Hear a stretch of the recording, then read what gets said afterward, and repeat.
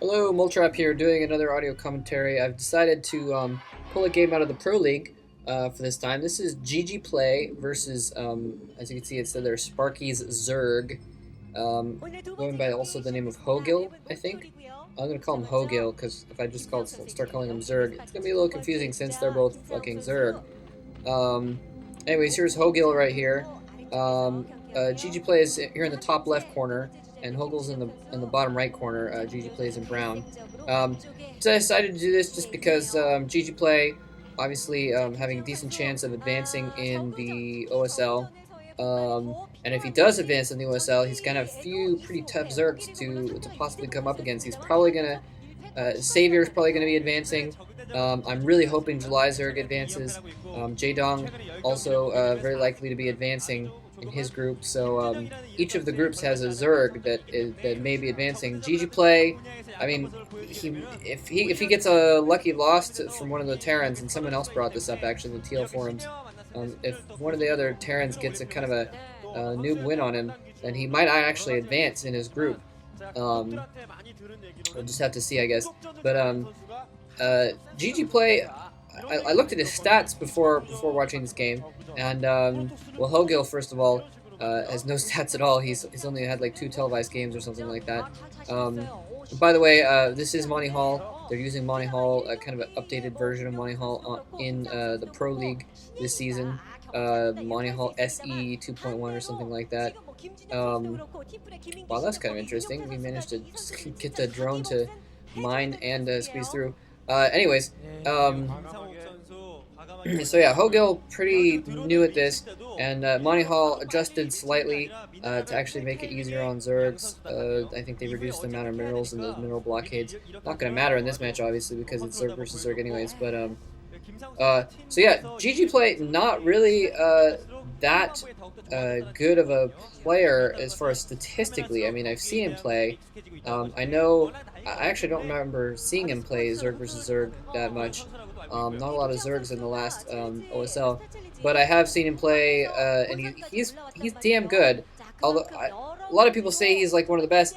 Honestly, just from his playstyle, I would not put him in the top tier of Zergs. He kind of is. I mean, he's like a level 9 out of 10. He's really good, but he's not quite, you know, that top level that you would expect. And it's not surprising, by the way, both players going for an expansion and then going for a sort of a quick but not too quick of a lair. Often you'll see the only divergence in strategy usually between Zerg versus Zerg games is sometimes one player will go more lings, and sometimes the other will. Sometimes they'll go for quicker spire, and that's pretty much the only variation. But in this map, there's not really a way to go quick lings, so it's not surprising they're going for their spires. And both players starting up their lairs at exactly the same time, so we are seeing a pretty mirror matchup here so far. Anyways, GGPlay not terribly good statistically. Against Zerg, he's only 53% win. So honestly, if he does come up against someone like Jaedong, I would not expect him to win. So again, that's kind of why I'm watching this game, just to see how his Zerg versus Zerg is, because I'm not aware of it. What was that guy's name again? HoGiL. HoGil's setting up another expansion here. So it looks like, I'm not sure if GGPlay is planning on. No, GGPlay is forcing those ling through. Probably going to try and get a scout in there with those lings or something. Although he should have an overlord. Maybe he's just going to try and harass those expansions by he's sending lings down the top lane and the and actually now he's sending lings into the wow, he's sending lings into HoGil's base. So HoGiL does have a couple lings there. He looks like he may just be trying to do a scout. He may be just trying to pick off a couple pick off a drone. It looks like he's going to get, no, he's not even going to get that one drone. He did get, it looks like he got a couple drones in HoGil's expansion on the left there. So that's probably what he was trying to do, basically, is just trying to pick off some drones, just trying to harass HoGiL. And that is very important in a Zerg versus Zerg. Picking off a few drones can make a big difference in this kind of a game. You know, losing a couple links to it is not a big deal if you can pick off a few drones, because usually what happens is once the battle gets going, then it's just going, and you can't stop to make drones at all. So once once things get going, you can't stop to make drones. You have to just keep making forces and forces and forces because it's such. There's usually such a razor thin margin between the games. HoGiL actually is economically ahead here. Already got his second gas up. Already got his third expansion up. GGPlay just getting his second gas up. Just getting his third expansion going. So HoGiL does have a little bit of an economic advantage here. Both of them putting their spires down at the same time, though. So I think the difference was that GGPlay had spent a little bit of time and effort trying to put those lings into HoGiL's base. Drew off a few drones for that, although it shouldn't have slowed him down that much. I'm really not sure where those extra resources went. GGPlay, though, doing a good job, kind of running around his lings here, picking off those drones of HoGiL's, not letting HoGiL do the same thing to him by picking off some of his drones. HoGiL taking a few pot shots at so a very low ling game. This is turning out to be. Both of them have their spires up, so any second now we're gonna start expecting. There we go, some Mutalisks. So it's gonna turn into a huge Muta battle very, very, very soon at this point. Both players collecting Mutalisks from 3 hatcheries.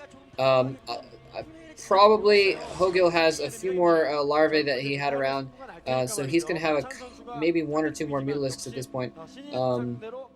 Although actually, just kind of looking at their clumps, it looks like GGPlay does have more Mutalisks. The thing is this is a kind of a long map for Mutalisk play.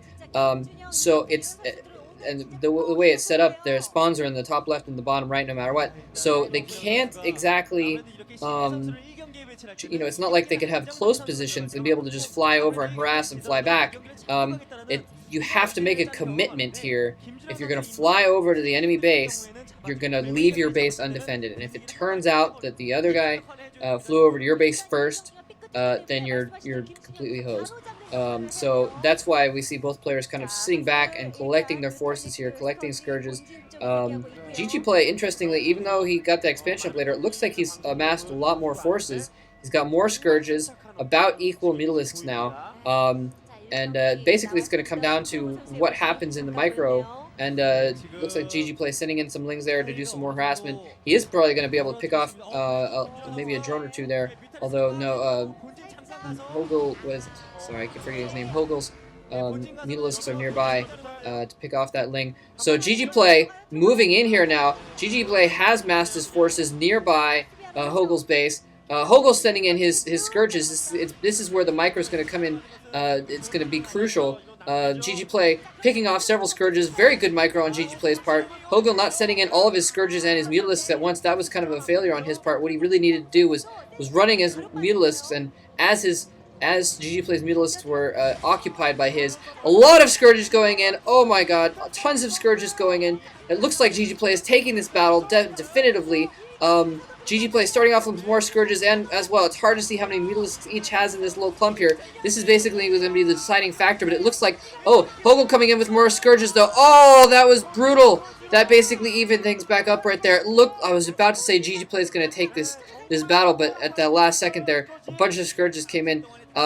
Basically, the Zergs, you need to try and occupy their Mutalisks with your Mutalisks, and then send the Scourges in. Oh, that was hard.